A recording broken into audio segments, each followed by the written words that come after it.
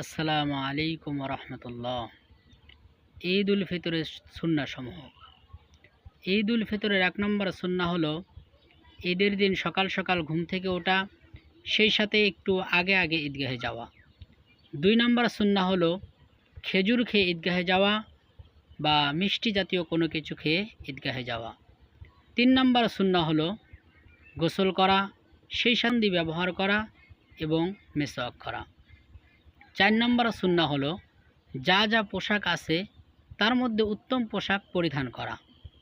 নতুন পোশাক পরিধান করা আবশ্যক নয়, সুন্নাহ নয়, তবে যা আছে তার মধ্যে উত্তম পোশাকটা পরিধান করা সুন্নাহ। 5 নম্বর সুন্নাহ হলো পায়ে হেঁটে ঈদগাহে যাওয়া, কোনো বাহন ব্যবহার না করা। যারা অসুস্থ বা বৃদ্ধ তাদের কথা ভিন্ন, তবে সুস্থ সবল মানুষের জন্য পায়ে হেঁটে ঈদগাহে যাওয়া সুন্নাহ। 6 নম্বর সুন্নাহ হলো তাকবীর বলতে বলতে ঈদগাহে আসা, সুন্নাহ। গল্প গুজব করে আসা উচিত নয়।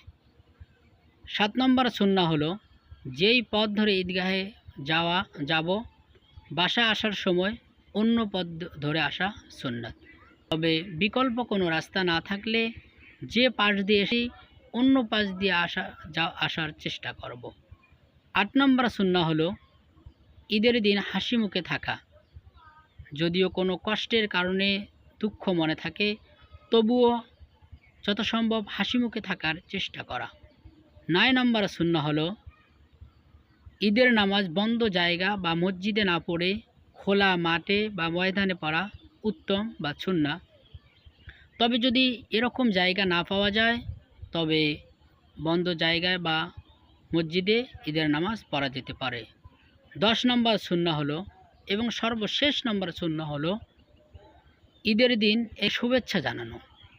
যেমন রাসূল সাল্লাল্লাহু আলাইহি ওয়াসাল্লামের সাহাবীরা যখন একজন অপরজনের সাথে সাক্ষাৎ হতো তখন তারা দোয়া পড়ে তাদেরকে সম্বোধন করে তাদেরকে শুভেচ্ছা জানাতেন। যেমন তার সংক্ষিপ্ত দোয়াটা এইভাবে পড়া যেতে পারে, তাকাব্বালাল্লাহু মিন্না ওয়া মিনকুম। তো আল্লাহ রাব্বুল আলামিন আমাদেরকে উক্ত সুন্নতগুলোকে অনুকরণ করে আমাদেরকে ঈদ উদযাপন করার তৌফিক দান করুক। সকলে বলে আল্লাহুম্মা আমিন।